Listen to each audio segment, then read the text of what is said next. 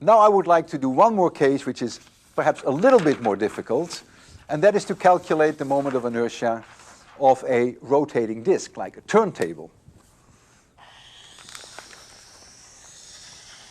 This is a disk, and the disk is like a cylinder. It has a thickness A. It's rotating about this axis of rotation, perpendicular to the paper. It could be rotating in this direction, or it could be oscillating back and forth. And it has a total mass m, and it has a radius r, and thickness A. And the mass is uniformly distributed throughout this cylinder. Well, in order to now evaluate the moment of inertia about this axis of rotation, I devise here a very thin cylinder.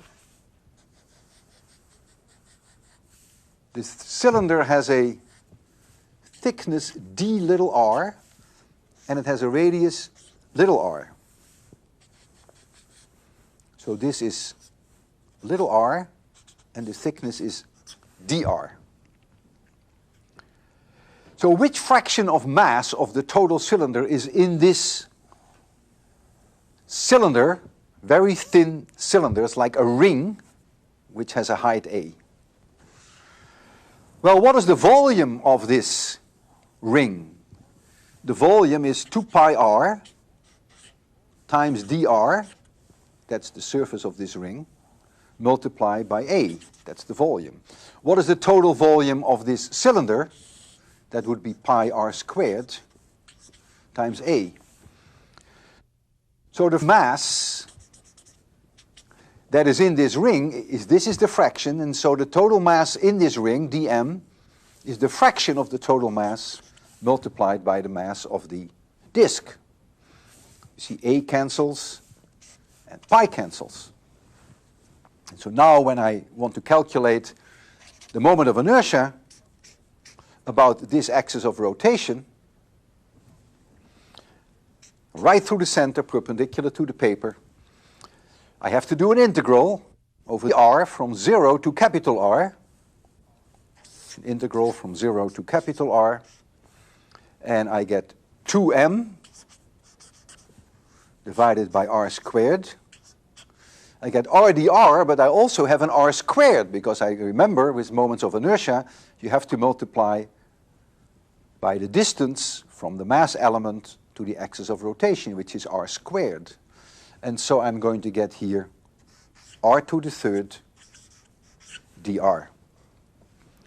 And this integral becomes 2m divided by r squared, 1/4 r to the fourth, evaluated from 0 to capital R, and that becomes 1/2 m r squared.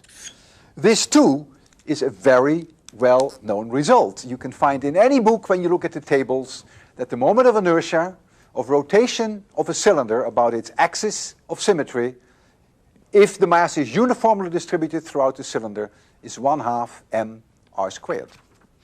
Don't remember it, but it can be derived, and it's not all that difficult to derive it. Now, for a given density, if I take a disk of a given material, let's say it's aluminum, we can now ask the question, what happens when we make the disk thicker, and what happens when we make the disk larger? So the moment of inertia of that cylinder, as we just derived it, was 1/2 m times r squared. Now suppose I double I double the thickness of the cylinder, but there is no change in r. What now happens with the moment of inertia? The first thing you may say is, well, it's independent of a, so nothing changes, but that's not true, because the mass depends on a. If you make the disk twice as thick, the mass will double. And if the mass doubles, the moment of inertia will double. So I will double. Let's now take a situation whereby we double the radius r. but there is no change in A. So the disk thickness remains the same. What now happens with the moment of inertia? You have to be careful now. There are two terms. There is a mass term m, and there is r squared. If you double the radius, the mass will go up by a factor of 4, because the surface area of the cylinder, of the flat part, goes with r squared. So the mass will go up by a factor of 4. But r squared will also go up by a factor of 4. So the moment of inertia will go up by a factor of 16. Not so intuitive, is it? If you double the thickness of the disk, the moment of inertia will only double. But if you double the radius of the cylinder, the moment of inertia will become 16 times larger.